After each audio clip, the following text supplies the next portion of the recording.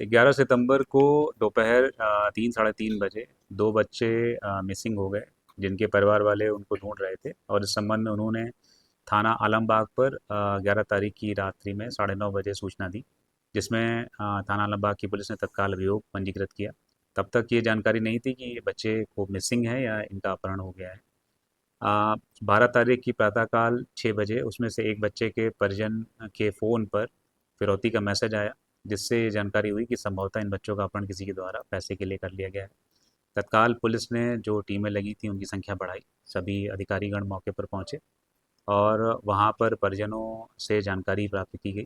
तो ये पता चला कि बच्चे अपनी साइकिल के साथ खेल रहे थे और कोई एक व्यक्ति जो 20-21 साल का है, और वो इन बच्चों को अपने साथ में किसी कोल्ड ड्रिंक पिलाने के बहाने ले गया है। मैसेज जो आ रहा था उसके बारे में जानकारी की गई, तो ये पता चला कि वो नंबर वर्तमान में लखीमपुर खीरी में है। तत्काल एक टीम लखीमपुर खीरी के लिए रवाना की गई। इसी बीच में 8:30 बजे परिजन के फ़ोन पर पुनः कॉल आया अपहरणकर्ता का, लेकिन अपहरणकर्ता स्वयं ना बात करके एक बच्चे से ही परिजनों की बात करा रहा था और बार बार इस चीज़ पर जोर दे रहा था कि कतई कि पुलिस को इसमें इन्वॉल्व ना किया जाए, और जो मैसेज है, मैसेज में 10 लाख की फिरौती मांगी गई थी, उस मैसेज को फॉलो किया जाए। और बच्चों से बार बार ये भी इमोशनल संदेश देने का प्रयास किया जा रहा था कि क्या आप हमें प्यार नहीं करते हो, ताकि माँ बाप तुरंत वो पैसा दे दें।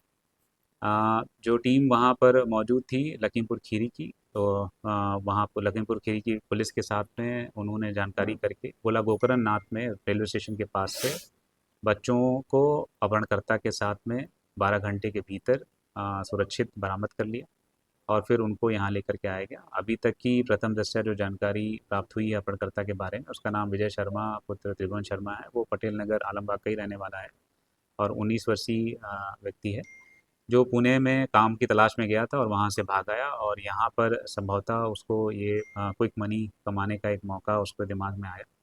तो उसने इन बच्चों को अपहरण करके उनसे फिरौती मांगी। उसका मूल उद्देश्य फिरौती की रकम प्राप्त करके पुनः पुणे जा कर के कोई व्यवसाय करने का था। अभी तक उसके खिलाफ कोई आपराधिक इतिहास नहीं मिला है।